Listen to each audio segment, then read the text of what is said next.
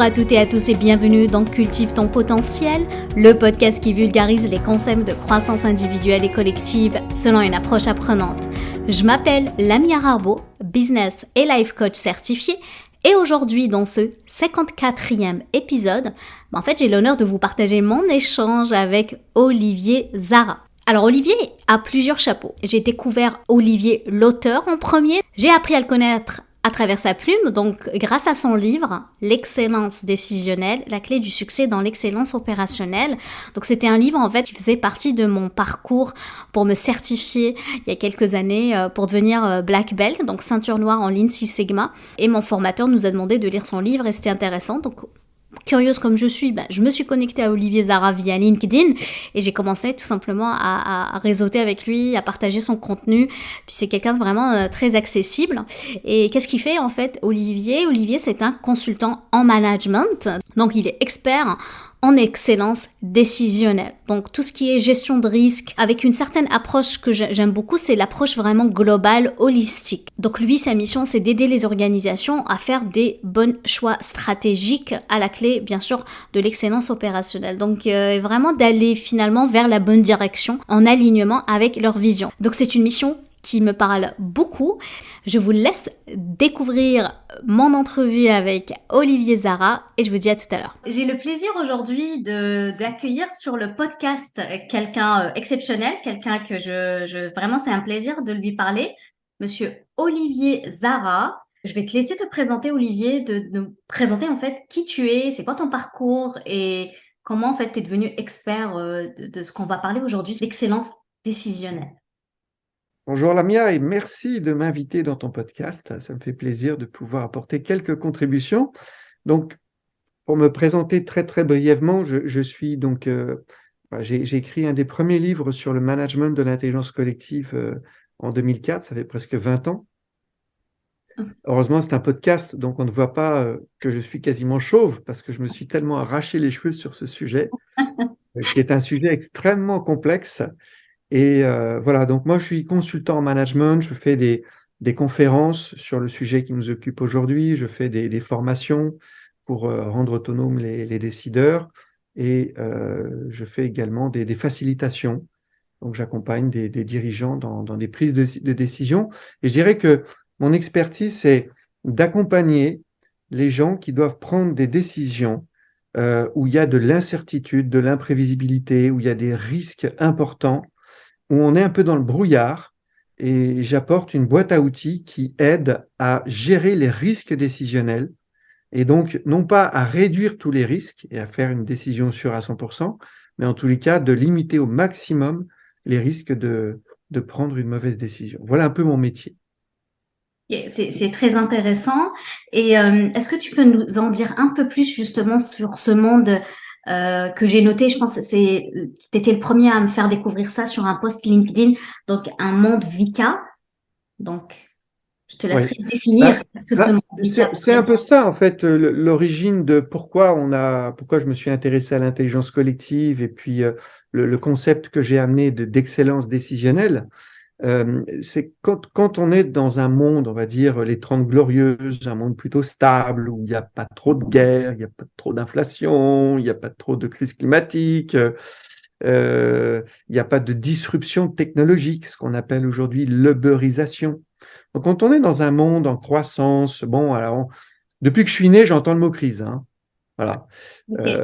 Mais en fait, maintenant, on a l'impression que c'est pour de vrai. Okay. Voilà. Et donc, ce monde, on va dire, plutôt stable, voilà, maintenant, commence à être remplacé par ce qu'on appelle le VICA, c'est-à-dire volatile. La volatilité, ça change sans arrêt. L'incertitude, on prend des décisions et on n'est pas sûr à 100% que c'est la bonne décision. La complexité qui signifie en fait que parle d'enjeux collectifs, c'est-à-dire c'est des décisions où il faut mettre en synergie plein d'expertises. Or, les experts, ils ont leur cadre de référence, ils ont leur langage, ils parlent la même langue, mais en fait, ils se comprennent pas parce que, ils croient qu'ils se comprennent. Donc ça, c'est la complexité. Et l'ambiguïté, c'est-à-dire cette incapacité à interpréter ce qui est en face de moi. Est-ce que cette chose signifie ça ou autre chose? Voilà. Et donc, dans ce monde, alors il y en a qui disent qu'on est dans un monde VICA depuis la préhistoire, hein, mais, euh, mais en tous les cas, aujourd'hui, on va dire qu'on l'est un peu plus qu'avant. Dans l'horreur, hein, il y a des échelles, là, on est un peu plus dans le VICA. Et voilà, ça rend aujourd'hui très, très difficile les prises de décision, voilà, sur ce qu'on appelle les enjeux collectifs. Donc, il faut faire une nouvelle stratégie, il faut se réorganiser, il faut doubler le chiffre d'affaires, il faut produire plus vite. Innover, bon, on finit toujours par trouver une innovation, mais il y a des innovations qui peuvent vous couler et d'autres qui peuvent vous booster. Donc, est-ce que je dois innover ou pas? Et si j'innove à gauche ou j'innove à droite? Donc, tout ça, c'est des choix où il y a un brouillard. Malheureusement, les décideurs s'appuient sur les bonnes décisions qu'ils ont prises dans ce que j'appelle les sujets, on va dire, qui sont non tirés VICA, c'est-à-dire finalement l'expertise technique. Voilà. Quand on devient manager et décideur d'ailleurs parce qu'on est un super expert. Et l'expertise, c'est génial parce qu'avec du temps et de l'expertise, on trouve des solutions qui sont sûres à 100%, c'est rassurant. Et toutes ces bonnes décisions que j'ai prises en réfléchissant tout seul dans mon bureau, éventuellement d'en avoir 2, 3 autres experts pour leur demander si tu es d'accord avec moi, donc chercher un petit consensus, eh bien, ça me fait croire que les bonnes décisions que j'ai prises grâce à ce que j'ai appris à l'université me font de moi un bon décideur sur des enjeux collectifs où on doit mettre en synergie différentes expertises. Donc, c'est là où on se retrouve avec cette idée que pour être un bon décideur, il faut décider vite. Non. Enfin, oui. Oui, quand on est sur des sujets simples, sur des décisions récurrentes, on a décidé de ça l'an dernier, ben on n'a qu'à juste un peu ajuster. Sur des décisions compliquées, il faut décider un peu moins vite.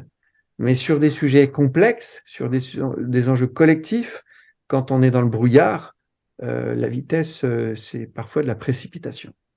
Et justement, à ton avis, d'où vient cette croyance que c'est quand on prend des décisions vite, on est performant? Parce que j'ai l'impression que c'est en lien avec les fameux trios de la performance qui est coût, délai, qualité. Donc, on associe à la performance un certain délai d'exécution, de décision. Penses-tu, quel est le lien justement? D'où vient cette croyance en fait? Alors on est dans un monde de productivité. On baigne dans l'excellence opérationnelle. Voilà. Tout tourne autour de ça. Tu vas sur Google, tu tapes excellence opérationnelle, tu vas tomber sur 12 millions de pages. Par contre, tu tapes excellence décisionnelle. Alors, en français, j'étais tombé à l'époque quand je l'avais fait, j'étais tombé sur 54 pages et c'est moi qui les avais écrites. Donc, alors après, en anglais, j'en avais trouvé 12 000 pages en anglais, mais c'était. Alors, tu faisais 12 000 en anglais et puis 12 millions sur l'excellence opérationnelle, operational excellence en anglais. Et donc, c'est là où tu comprends que le centre d'intérêt des entreprises, c'est de courir le plus vite possible. Voilà. Et donc, vite possible, le plus vite possible. Donc, faut décider vite pour agir vite. Et moi, j'ai pas de problème avec ça. L'excellence opérationnelle, on te fixe un objectif, tu dois produire des choses, des objets, des services, etc. Moi, j'ai rien contre l'excellence opérationnelle, mais l'excellence opérationnelle, c'est courir vite. La question, c'est est-ce que tu cours dans la bonne direction? Voilà. Et là, la bonne direction, c'est l'excellence décisionnelle. Alors, pas l'excellence décisionnelle de « Ah bah tiens, j'ai fixé un objectif à mon commercial de 100 l'an dernier, tiens, je vais lui mettre 105 cette année. » L'excellence décisionnelle, c'est pas, en tout cas pas dans ce dont je parle moi, parce que c'en est l'excellence décisionnelle de mettre des objectifs ambitieux mais réalistes. Effectivement, il y a aussi une excellence décisionnelle de l'expert qui sort de son bureau, qui a réfléchi tout seul et qui sort une bonne solution. Mais ce dont on parle, nous, aujourd'hui, avec toi, Lamia, c'est de l'excellence décisionnelle dans le complexe, dans les enjeux collectifs, dans toutes ces décisions où on a de l'incertitude. On se dit, mon Dieu, est-ce que je suis en train de la bonne stratégie? Est-ce que c'est la bonne organisation? Comment on va faire pour doubler notre chiffre d'affaires? Je suis désolé, si on savait ça serait écrit dans un bouquin et on n'aurait pas besoin de directeurs commerciaux. Voilà. Donc là, décider vite, toute cette notion de vitesse, ça conduit dans le mur. Alors, c'est pour ça que on dit faut être un décideur intuitif. Mais sauf que si c'est ton intuition individuelle, ben, tu vas probablement partir dans le mur. Parce que ton intuition individuelle, ce qui nourrit l'intuition, c'est l'expérience. L'expérience, elle vient, voilà, l'expertise, l'expérience. Donc, intuition individuelle, très très bien pour le compliqué, problème technique compliqué. Mais l'intuition individuelle sur la stratégie, je suis un grand leader, ah ouais, j'ai une intuition là, c'est ça, faut aller partir à la conquête de l'Amérique du Sud. Ben là, c'est gros danger parce que cette intuition individuelle qui t'a servi dans ton expertise technique, ok, tu es devenu gestionnaire parce que tu étais un bon expert, mais maintenant, il faut que tu arrêtes ton intuition individuelle, il faut que tu passes à l'intuition collective. Il faut que tu arrêtes de faire vite, ok? Il faut être courageux. Faut être courageux. Bah ouais, mais dans le complexe, le courage, c'est souvent de l'inconscience, en fait. Faut être courageux pour dire, bah oui, je vais être obligé de fermer cette entité-là. Désolé, tu vas perdre ton boulot. Oui, il faut être courageux. Mais dans le complexe, c'est pas une question de courage, c'est une question de conscience. Voilà. Donc ces notions de rapidité, de courage, d'intuition qui ont fait notre succès dans l'excellence opérationnelle sont transposées sur la gestion des enjeux collectifs où il y a plusieurs expertises qui doivent être mobilisées et où ben, on ne sait pas bien le faire. Et voilà. Non, mais c'est très intéressant. Je bois tes paroles. Et justement, comment on peut aider, que ce soit les individus ou les organisations, à mieux comprendre les conséquences de leurs décisions justement avant de les prendre, avant d'aller vite? Comment les aider à mieux comprendre leurs conséquences? Moi, je les inviterais à écouter ton podcast. C'est gentil. Alors, non, mais il faut un choc cognitif à un moment donné, c'est-à-dire une prise de conscience de ce que je viens de dire, c'est-à-dire ne pas confondre les succès qu'on a obtenus en tant que décideur sur des sujets compliqués avec la transposition sur les enjeux collectifs. Donc, comprendre cette notion de décideur expert et de décideur manager. Comprendre cette notion il y a des situations simples, des situations compliquées et des situations complexes. Donc déjà ça permet d'avoir des points de repère. Et puis, il y a aussi ce qu'on appelle les biais cognitifs. Voilà. Oui. Donc ça, c'est un peu la séquence frisson du podcast. Les biais cognitifs, donc c'est quand notre cerveau déforme la réalité. Il va la déformer parce que nos traits de caractère, on est quelqu'un d'optimiste ou on est anxieux. Notre culture nous porte vers la tradition plutôt que vers le risque. On est dans une situation de crise ou de croissance. La décision à prendre me donne plus de travail et moins de pouvoir. Donc il y a toutes ces situations-là, ma personnalité, la culture, la mienne, celle de l'organisation, le contexte dans lequel on se trouve, les impacts de la décision sur moi-même, qui vont activer potentiellement, attention, c'est là où on a peur, 188 biais cognitifs, voilà, qui nous poussent vers des décisions irrationnelles sans même qu'on en ait conscience. Voilà. Alors, le pourquoi, en fait, des outils que j'ai développés, pourquoi on a besoin d'excellence décisionnelle? Eh bien, parce que nous avons 188 biais cognitifs dont nous n'avons aucune conscience, qui biaisent notre perception de la réalité, qui la déforment comme un miroir déformant et qui nous conduisent à des décisions irrationnelles. Voilà. Et c'est puissant ce que tu apportes parce qu'effectivement, nous, on s'arrête aux 2 ou 3 billets qu'on connaît, à savoir billets de confirmation, négativité, même certains billets d'optimisme, parce qu'on veut ne pas regarder la réalité en face. Mais effectivement, on en a 188 et d'ailleurs, tout le travail que tu fais, que je fais, etc. pour, mettons, semer les graines de l'éveil, que ce soit des consciences individuelles ou consciences collectives, c'est pour justement faire de meilleures décisions en lien avec la vision qu'on se donne collectivement. Parce qu'on est des animaux sociaux, on doit travailler en collectivité. On peut pas juste être l'ego de nous-mêmes. On doit avoir voilà, une vision commune, un but commun pour ne pas refaire les erreurs du passé. Puis, si je peux me permettre, faire le lien par rapport au post du jour que tu as écrit sur ton blog. Aujourd'hui, on est le 14 avril pour le jour de l'enregistrement et c'est puissant ce que tu as amené sur éviter en fait de faire les erreurs du passé. Est-ce que Tu vois, peux nous en dire un peu plus? Ouais, tu vois, tu viens de dire le mot collectif. Mais comment je suis devenu expert? En co-construisant, en partageant mes idées, en partageant mon expertise avec les autres, en faisant en sorte qu'ils trouvent mieux que moi les solutions, ou en leur faisant non, non, non, je ne suis pas devenu du tout expert en étant dans le collectif, dans le partage de l'information. On voit hein, dans les chercheurs, les universitaires, ils sont un peu en compétition pour écrire les articles. Et puis, quand tu te retrouves dans une écriture collective, bah, tu te dissous dans le collectif. Comment tu fais pour être reconnu expert si tu es dissous dans le collectif, si on monte peut-être tout le monde, puis à un moment donné, on ne sait plus trop que c'est toi qui as apporté la chose. Donc la dynamique qui amène à l'expertise, qui passe de passer de la compétence à l'expertise, c'est une dynamique malheureusement profondément individuelle. Et du coup, j'en tire des enseignements. C'est que je suis devenu expert en écrasant d'une certaine manière autour de la table les autres de mon expertise, de j'ai toujours raison, je suis celui qui sait mieux que les autres. Et tout d'un coup, là, on me dit, il faut que tu sois humble et puis que tu mettes en synergie les intelligences, parce que regarde, c'est un enjeu collectif, donc il y a plein d'autres expertises qui viennent parce que tu fais une stratégie, mais c'est pas que ton expertise, c'est plein d'expertises. Mais voilà, donc si tu veux, c'est un peu comme un non-sens, hein, parce que moi, je suis devenu gestionnaire, manager, parce que j'étais un bon expert.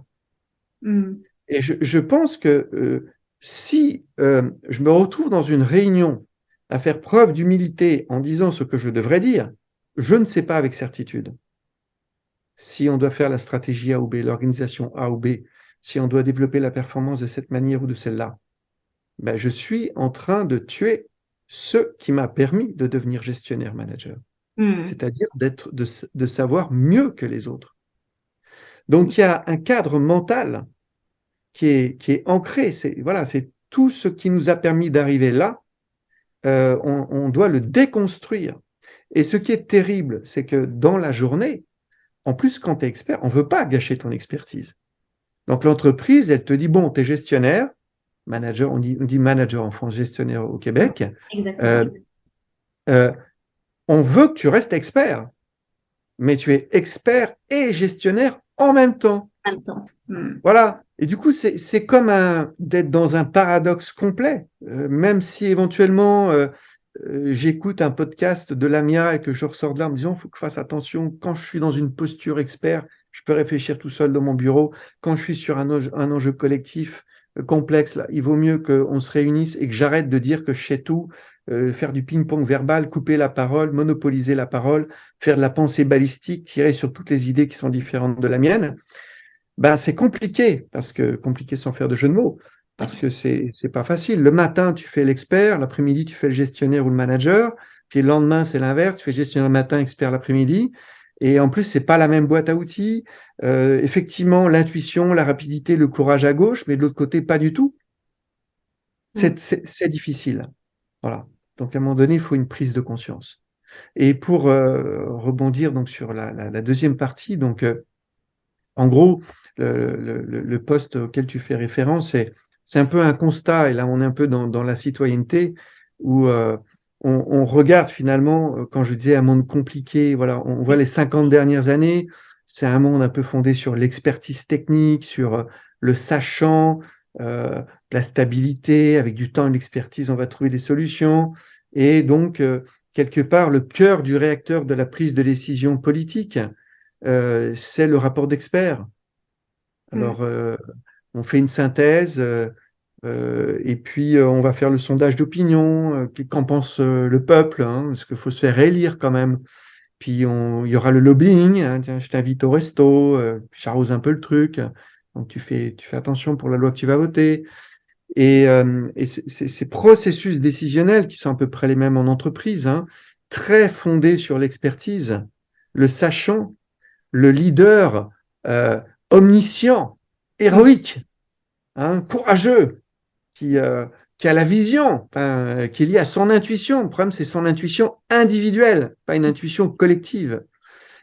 Eh bien, voilà, les 50 dernières années, on a pris dans tous les pays du monde des décisions qui nous amènent où nous sommes aujourd'hui.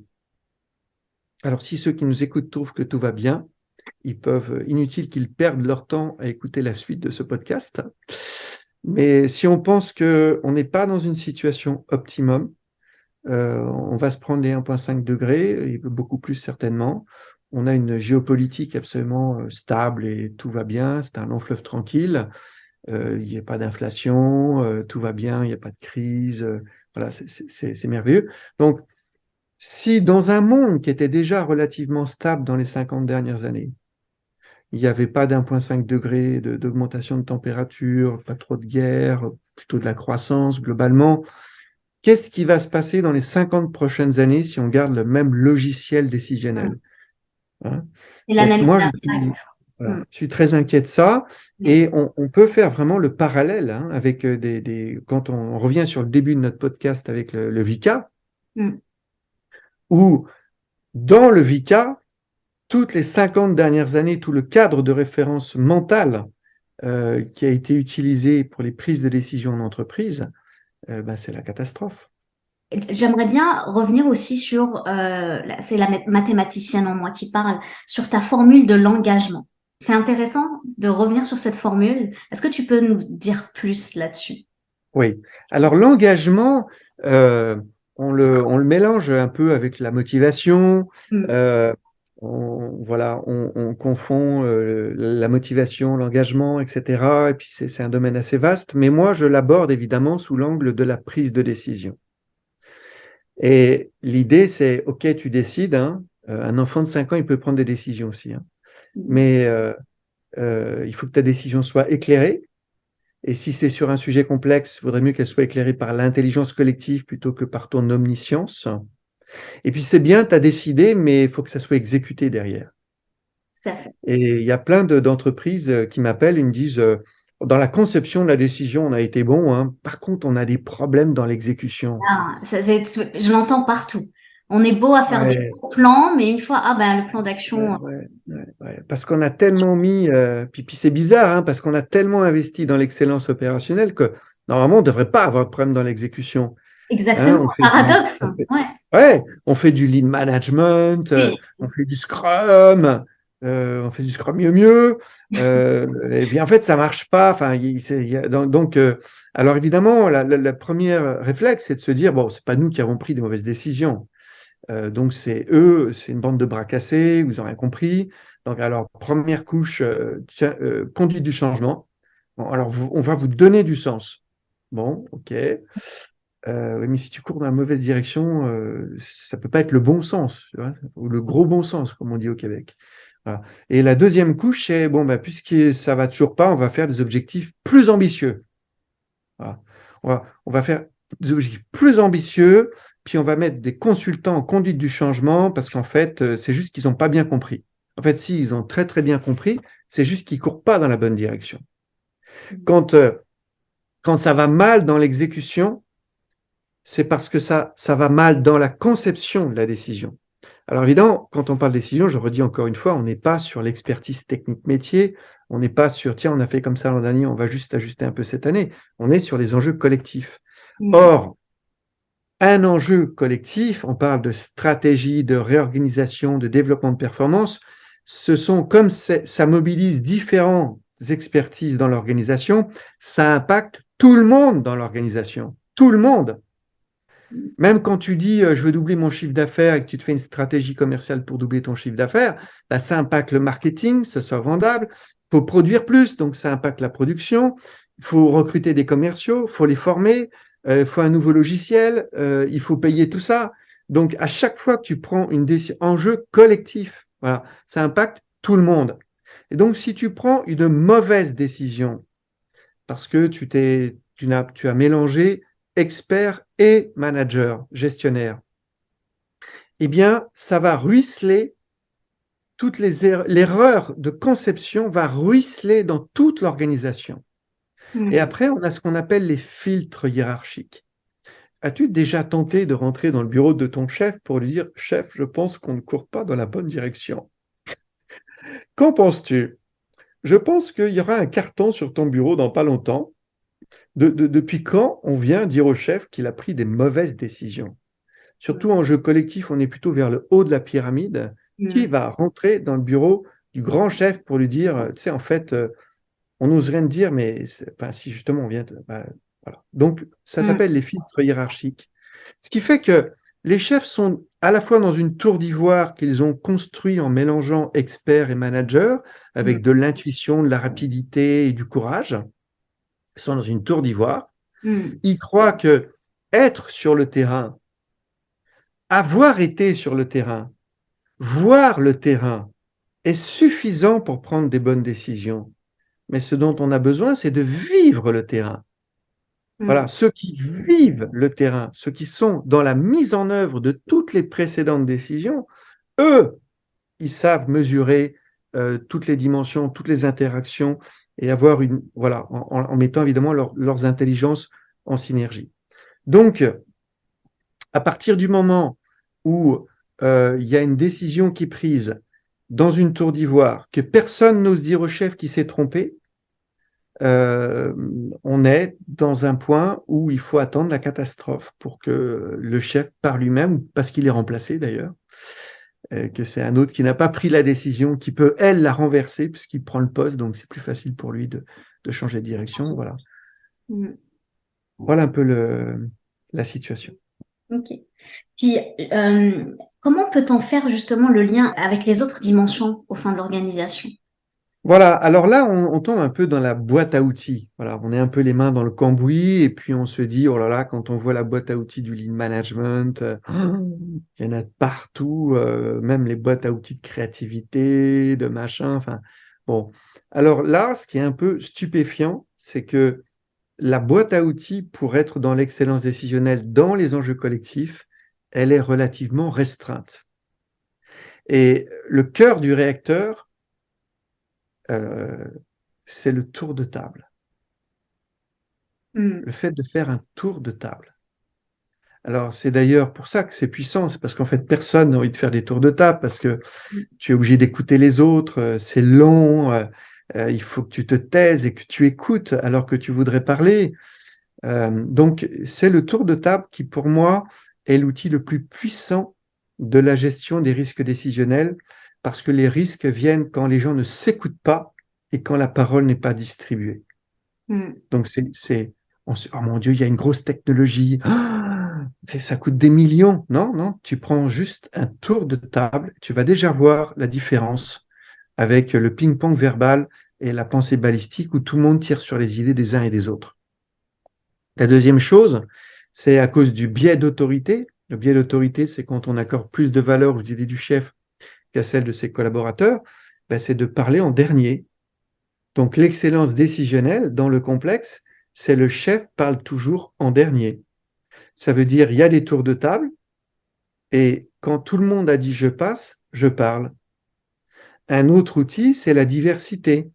Évidemment, si on a un problème où on doit mobiliser différents départements dans l'organisation, et puis en fait, les RH font leur réunion entre RH, les marketeurs font leur réunion avec le marketing, les gens des technologies avec les gens des technologies, ça n'a pas marché ça.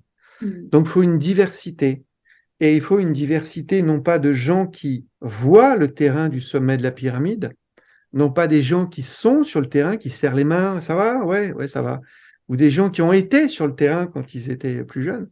On a besoin des gens qui vivent le terrain. Voilà. Vivre le terrain, ça veut dire qu'autour de la table, on doit co-construire les décisions, donc en mode intelligence collective, sous-entendu co-construction. On doit co-construire une décision avec ceux qui vont l'exécuter et qui seront impactés. Impactés, c'est les fonctions support, HR, pardon, technologie, etc.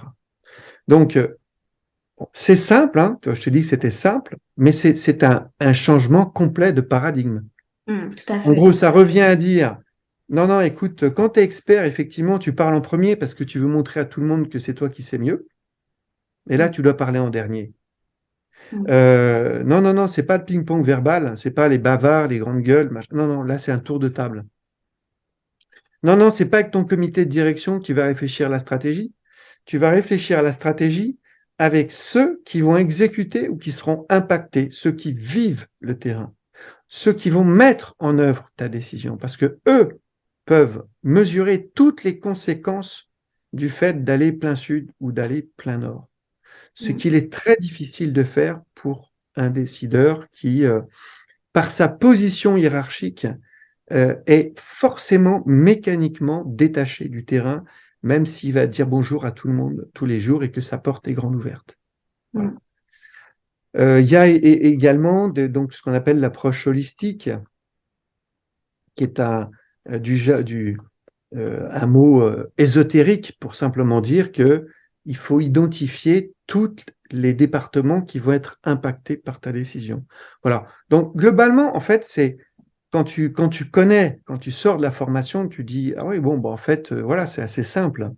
Mais c'est simple. Les outils en eux-mêmes sont simples, mais ils impliquent une, un changement dans la vision du monde, Tout à fait. de la vision de l'expert à la vision du manager, de la vision de ah ben, le monde est compliqué, non, le monde est aussi complexe.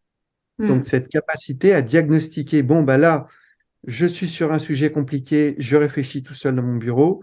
Là, c'est un sujet complexe. Je vais décider seul parce que la subsidiarité dit que je suis seul responsable, mais je dois être éclairé par l'intelligence collective. Quand je suis expert, je démarre la réunion en disant voilà ce qu'il faut faire, puis les gens vont dire non, puis je vais leur montrer qu'ils ont tort. Et dans la complexité, je démarre la réunion, je dis je ne sais pas avec certitude ce qu'il faut faire. Mm. Et ça Donc, amène la condition pour avoir ça, c'est une certaine posture. Un de tes livres que tu avais amené justement cette posture de bienveillance du manager qui te permet justement sortir, à mon avis, de la complaisance. Il y a beaucoup d'amalgames de gens qui pensent que la complaisance égale la bienveillance, mais pour moi, c'est tout autre. La bienveillance dans ce management, c'est ça qui nous permet d'avoir des interventions et d'avoir des décisions qui peuvent servir la collectivité. Finalement, c'est sortir du soi pour penser collectivement, en fait, les intérêts de la société. Mm. oui. Et là, tu vois, tu parles de savoir-être. Et il y a beaucoup de gens qui disent l'intelligence collective, tout ça, il y a des prérequis, ce n'est pas que des savoir-faire, avec des méthodes d'animation de réunion, ce sont aussi des savoir-être. Et donc, il faut écouter, il faut être bienveillant, euh, euh, voilà. Et moi, je dis désolé, mais non. En fait, naturellement, les gens ne sont pas bienveillants, ils n'écoutent pas, donc ils ne sont pas dans l'humilité. Voilà, savoir-être, humilité, bienveillance, écoute.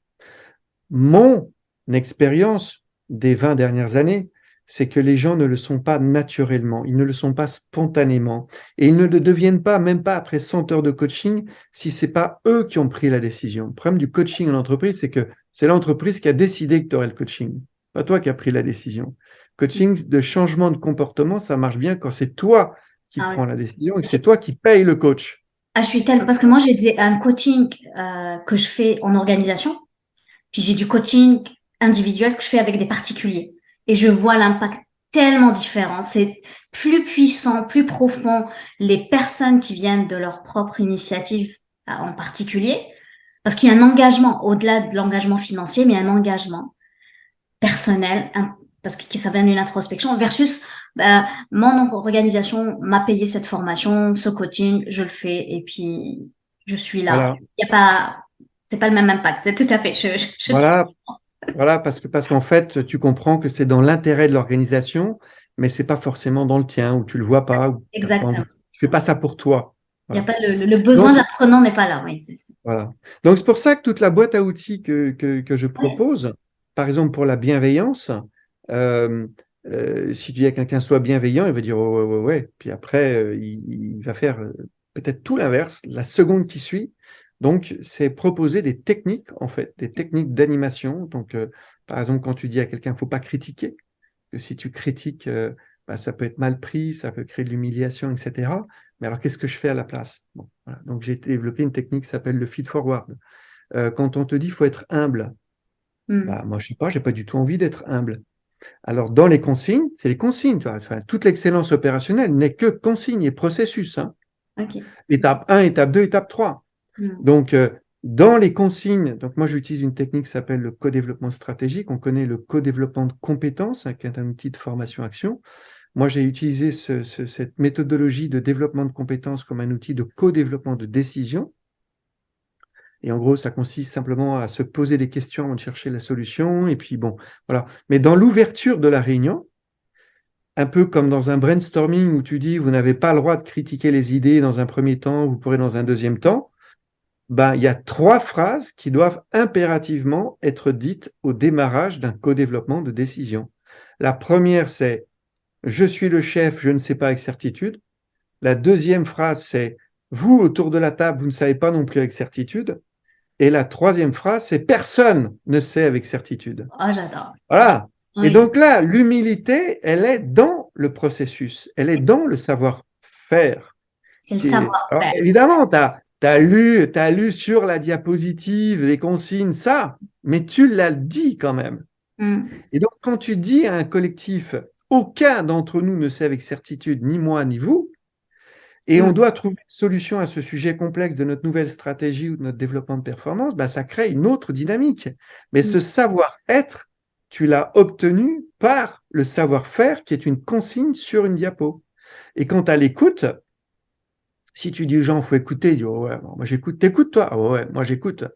Bon, écoute, on va comme plutôt faire un tour de table, d'accord? Hmm. Hein, pour être sûr que tu vas vraiment attendre, te taire, tu vas vraiment te taire alors que tu voudras parler parce que c'est pas ton tour.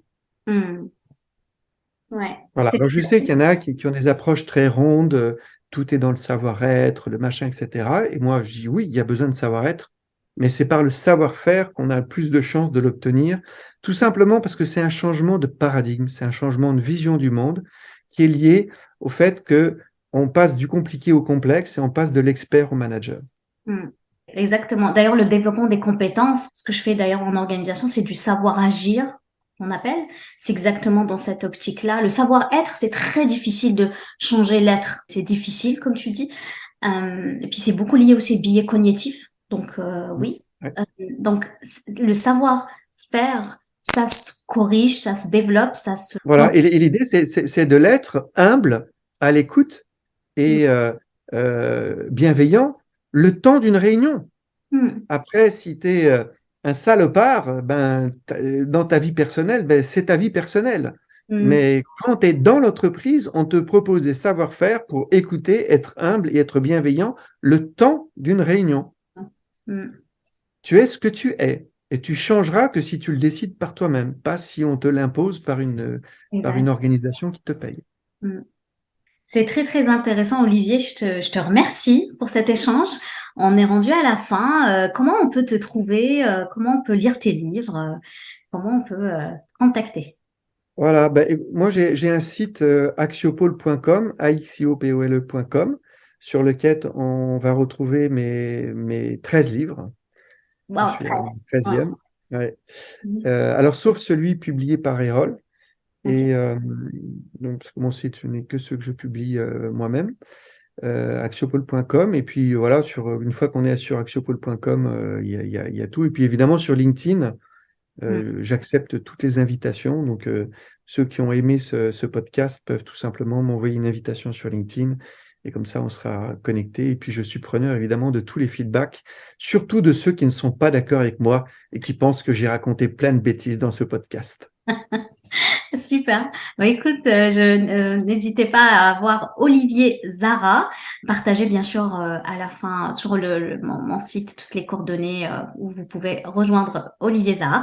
Je vous remercie. Merci Olivier pour d'avoir accepté. Hein. C'est un honneur, comme je l'ai dit en début. Merci Lamia, ton invitation et bravo pour ce que tu fais. Beau travail. Merci beaucoup. Je remercie encore Olivier pour sa disponibilité. Je vous remercie de nous avoir écoutés. J'espère que vous avez eu autant de plaisir à écouter ce podcast que j'en ai personnellement à le créer. Sur ce, je te laisse cultiver les graines. Prends soin de toi. Je t'embrasse. Passe une excellente semaine et je te dis à vendredi prochain. Ciao, ciao.